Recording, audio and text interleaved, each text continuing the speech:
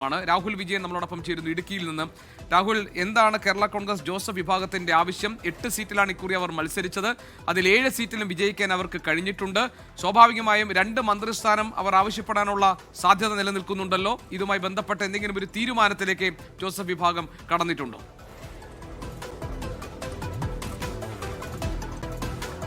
അജിക്ക് 2 മന്ത്രിസ്ഥാനം എന്തായാലും ആവശ്യപ്പെടും എന്നുള്ളതാണ് ഈ ഘട്ടത്തിൽ നമുക്ക് മനസ്സിലാക്കാൻ കഴിയുന്നത്. ഇന്നലെ PJ ജോസഫിന്റെ വസതിയിൽ ഈ വിജയിച്ച MLA-മാർ യോഗം ചേർന്നിരുന്നു. അവിടെ 2 മന്ത്രിസ്ഥാനം ആവശ്യപ്പെടാനും ചീഫ് വിപ്പ് പദവി ആവശ്യപ്പെടാനും ധാരണയായിട്ടുണ്ട് എന്നുള്ളതാണ് ഏറ്റവും പ്രധാനപ്പെട്ട കാര്യം.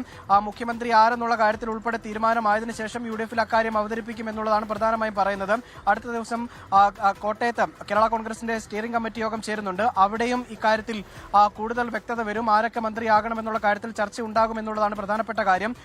ഈ മോൻസ് ജോസഫിനെ പാർലമെന്ററി പാർട്ടി നേതാവായി തെരഞ്ഞെടുക്കുന്ന സാഹചര്യവും ഇന്നലെ ഉണ്ടായിരുന്നു.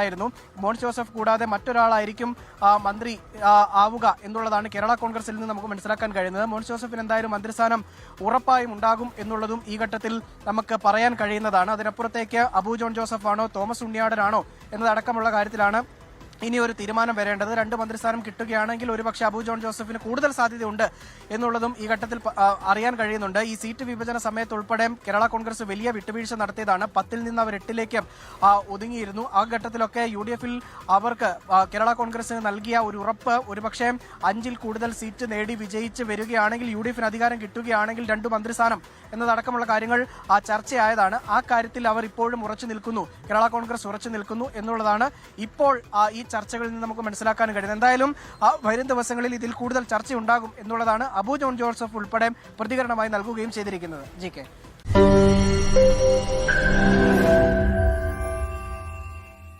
ലോകത്തെവിടെയായാലും ഏത് സമയത്തും 24 വാർത്തകളും ഓഗ്മെന്റഡ് റിയാലിറ്റി പാക്കേജുകളും എക്സ്പ്ലെയിനറുകളും വിശദമായി കാണാൻ ഞങ്ങളുടെ YouTube ചാനൽ നിങ്ങൾക്ക് സബ്സ്ക്രൈബ് ചെയ്യാം.